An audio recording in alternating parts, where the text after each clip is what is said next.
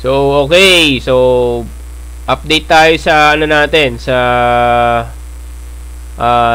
demo setup natin dito kay PTC.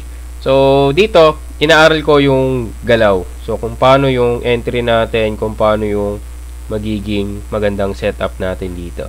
So, kung titignan nyo, kung i-analyze nyo yung entry natin, so, ano yung mali? So, ano yung nakikita nyong mali dito? Na, maling move natin. So, ako, ang nakikita ko dito is late entry. Bakit? Remember, nasa 4-hour time frame tayo. Tapos, dito na tayo pumasok sa taas. So, dito tayo pumasok sa taas. Ito, dito. Kung nasa 4-hour time frame tayo, so, medyo late na yan. Bakit? Kasi, masyadong ano na to eh, zoom out na kasi ito eh. So, ngayon, ang entry natin lagi, dapat titignan natin sa lower time frame. So, kung from dito tayo, so, bumaba siya, di ba? Ngayon, nagkaroon ng touch dito sa demand. Tapos, umangat ulit. Tapos, nagkaroon ng retest. So, dito sa retest, pwede na tayo mag-entry dito. Nagets nyo ba? So, pwede na tayo mag-entry dito sa retest na to. So, kung titignan nyo, mag-retest man yan. Mag-retest man siya, so bumalik din pa taas kaagad. So dito kung titignan natin sa zoom out, kasi ang mangyayari diyan, so burahin muna natin tong entry natin na to or ilipat natin pala. So mangyayari yan, kung dito tayo mag-entry, so ano ba yung ano natin? 114.845.5. So lagyan natin dito ang entry natin 114 845.5. Tama ba entry natin? So yan. Kung dito tayo nag-entry, kung titignan nyo, mas mababa yung magiging risk natin. Kasi dito lang tayo eh. Ito, below lang nung magiging below lang tayo nung nung demand. So ngayon, ang magiging ano natin dito, kung titignan nyo, hindi pa rin na-hit yung below nung demand. So, kung dito tayo nag-entry, dito sa part na to, sa 114.845.5, so, maganda yung entry natin dito. No? Mababa yung risk, tapos, maganda yung entry. So, biglang tumaas na rin siya dito. Kasi kung titignan nyo dito, sa first setup natin, ayan o, ang taas ng risk natin. So, ibig sabihin, ang magiging risk mo dito is napakataas ng stop loss mo. So, yung stop loss natin dito napakataas. So, nasa 113. 113.963 yung ano natin. Pero ang entry natin, ang layo na, 113 pala yung magiging stop loss natin, pero yung entry natin 116. So ang layo compared mo dito sa dito na mag-entry tayo dito sa 114.845.5 and mag-ano tayo dito sa mag stop loss tayo dito sa below lang nung demand. So, kung bumaba man yan kaagad, so mababa lang yung naging risk natin. So, tandaan natin, sa trading, hindi pabilisan. So, hindi pabilisan. Patagalan dito. So, kung nagmamadali kang manalo dito, wala. So, siguro, kung beginner ka, siguro wala ka pang isang buwan. Magkukwit ka na. So, dito, patagalan, hindi pabilisan. So, ito, kumbaga, dito kasi, kailangan maging ano ka, maging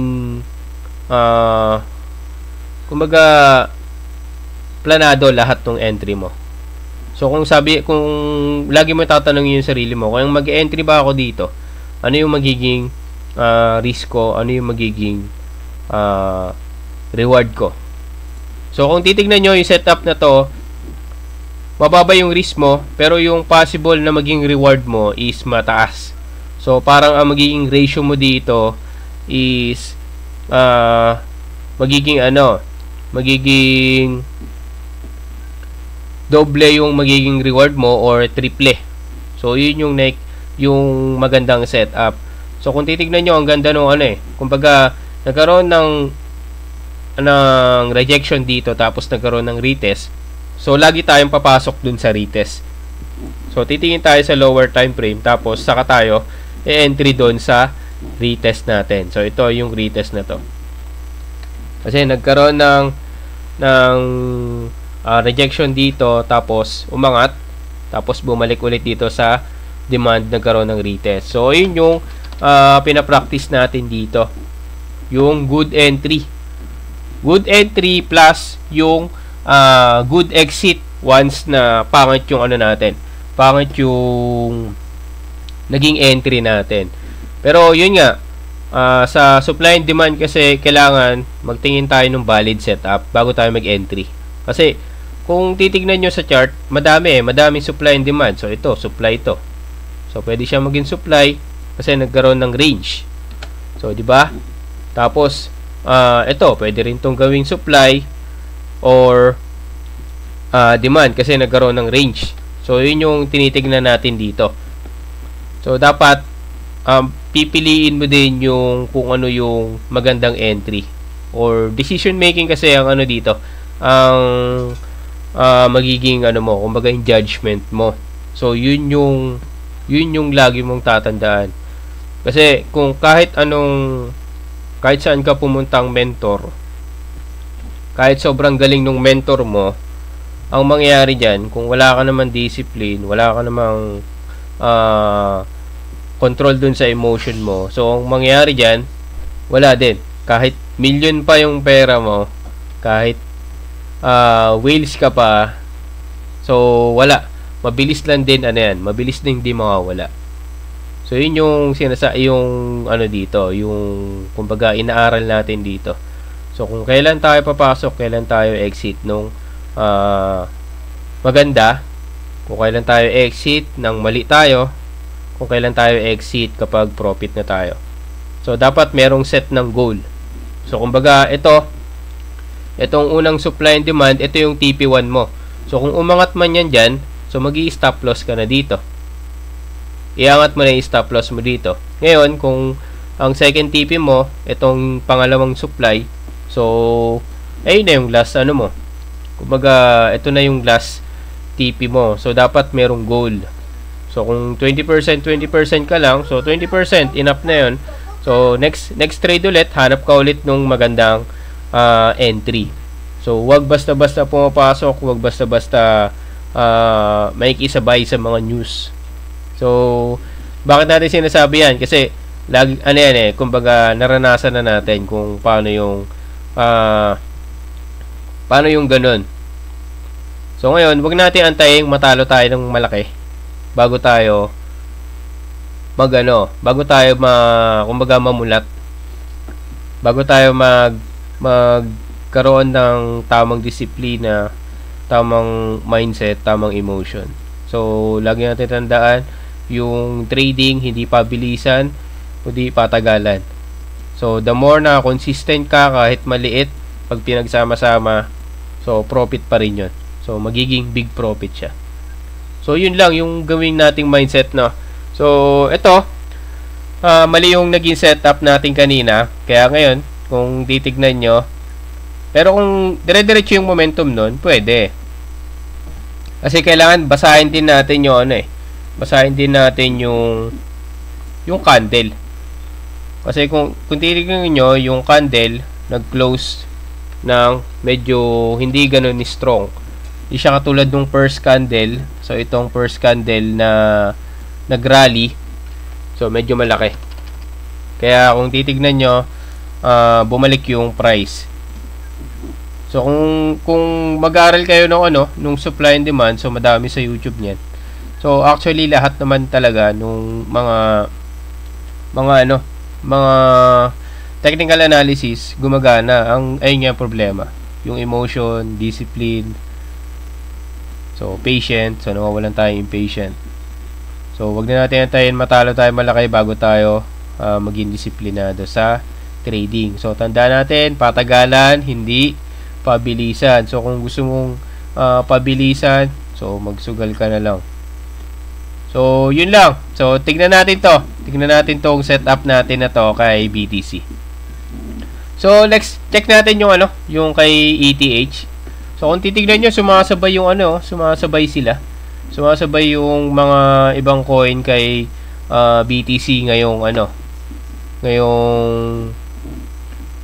ano na to, ngayong kumbaga yung flow ng market. So, check natin sa 1 hour time frame. So, dito, nagkaroon tayo ng ano dito, ng demand. So, ito yung demand natin dito. Ngayon, kung titignan nyo yung demand dito kay ETH, rejected. So, rejected siya. So, ngayon, ang nakikita natin dito, either mag-retest to or dire-diretsong babalik dito sa supply sa taas kay ETH. Kaya, ang gagawin natin talaga, practicein natin yung reaction natin for reaction natin kay, ano, kay market. So, for ETH, so ito yung nakita natin kay ETH. So, kung titignan nyo, 1 hour time frame, below nung moving average tsaka exponential moving average natin.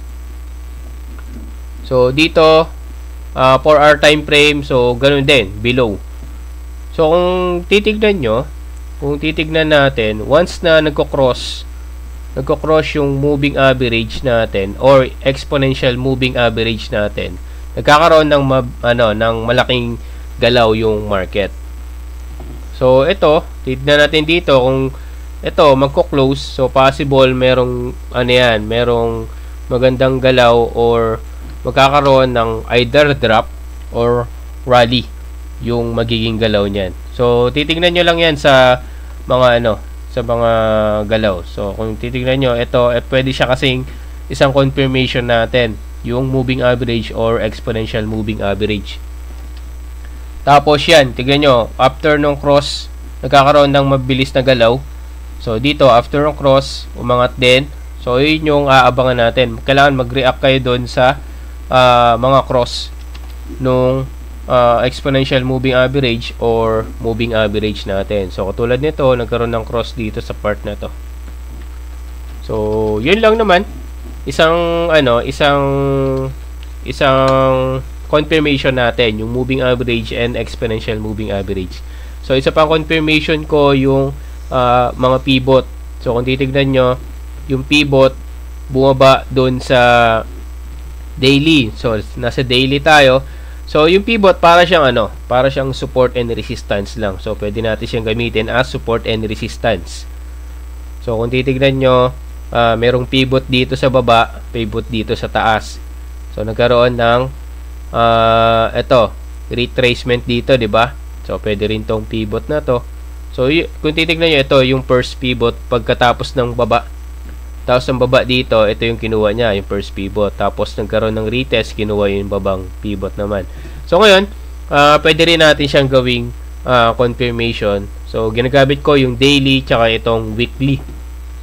So, kung titignan nyo naman sa weekly, so, ito, nagkaroon ng rejection dito sa taas, sa pivot, tapos bumaba. So, ngayon, pwede natin siyang isang gawing confirmation din. So, maganda, maraming confirmation before tayo pumasok sa isang trade para mas sureable.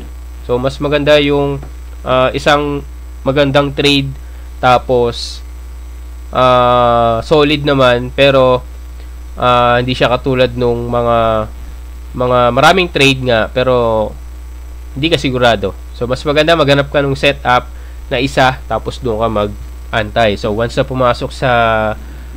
pumasok dun sa may sa may setup mo, so dun ka pumasok. So, magkaroon ka man matalo ka man dun sa setup na yon. So, at least sinunod mo yung plan mo, meron kang goal. So, kasi wala nga tayong 100% na technical analysis, wala tayong 100% na entry. So, yun yung tatanda natin dito. So, hindi siya pabilisan, mindset ang labanan. So, kung ang mindset mo, gusto mo, yayaman ka kagad, so, isang gabi, so, hindi siya overnight. So, kailangan pagpaguran mo, aralin mo maigi, before mo kumbaga ma-break yung barrier. So ako honestly, andun pa lang ako. Kumbaga andun pa lang ako sa learnings pa din. So hinaaral ko pa din yung trading. So yun, that's for ETH. Kay XRP, check natin 2.9. So nasa 2.9 siya. So kung titignan nyo, meron tayong demand dito sa baba.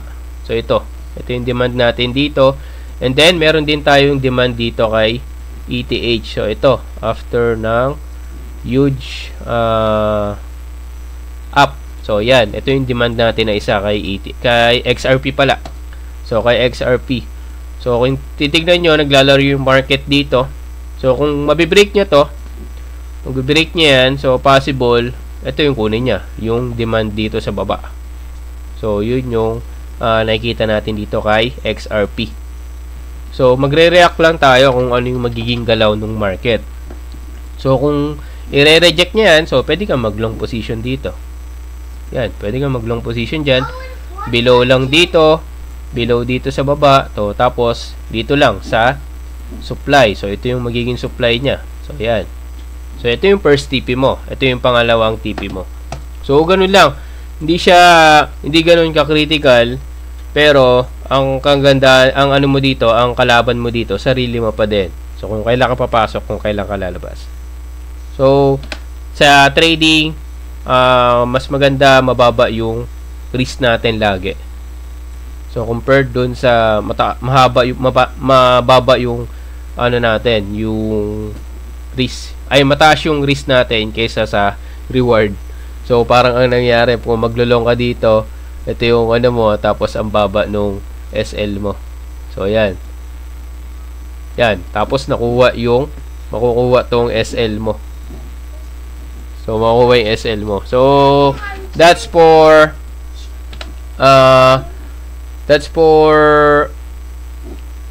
XRP, BTC and ETH. So yun lang, no, dito sa technical analysis natin. So ngayon, antayin natin yung magiging galaw dito kay BTC. So check natin kung ano yung magiging galaw dito kay BTC. Tapos sa news, ano ba yung yung dapat nating abangan sa news? So check tayo dito kay Forex Factory. So kay Forex Factory, ano man date ngayon? Sa 19. So 19, wala naman ngayon kay USD. So ito lang. So ang tinitingnan ko dito lagi yung red na USD. So ito sa 21, so FOMC meeting minutes. So ito possible din magpagalaw ng market to. Mga ganito. Kasi syempre 'di ba, inaabangan natin yung cut ng rates sa US, no? So yun yung naabangan natin dito. 21, so mark nyo to, kaya madaling araw to. So 2 AM siya. Tapos ito, 21 pa din. So 21, madami rin pala tayo, no? So unemployment claims.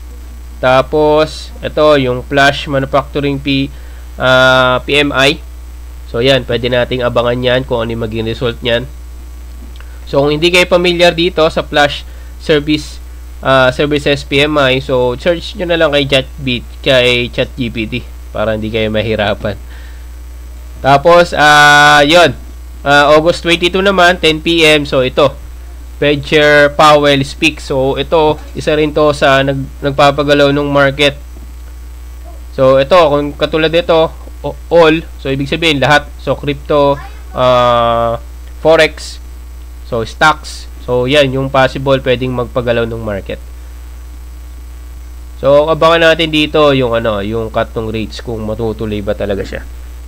Pero madaming news eh. So marami tayong news. So yan, Robinhood lists sue for trading in the US. So mag-check tayo, magbasa-basa tayo nung ito, Bitcoin may push a bit higher. Real gains will be. So marami pa rin nag-ano ng alt season. So hindi natin alam kung meron pa rin. So I honestly feel like I'm the one who understand and know where the market is heading. So ito si James Wayne, siya si boss. Kumbaga whale yan, whale. So, coin. So, ito rin yung binasa natin kanina. Tapos to, so si President Trump says Ukrainian president, so and Russian doing okay. So ito, maganda rin to, good news din siya kasi possible mag-end yung wire dun sa Ukraine and Russia. So may nabasa tayo kanina na meron din mga nagbenta, no, nung BTC and ETH nila. So we'll see lang, no, kung ano yung magiging galaw ng market. So siguro yun lang naman. So check lang natin yung magiging galaw ng market dito. Bumababa si BTC. So kung titingnan nyo, lahat yan sumasabay. So yan, si ETH bumaba din. So XRP bumaba din. So Solana, yan 180, 900. O 181. So check natin, no, kung ano yung magiging galaw ng market dito.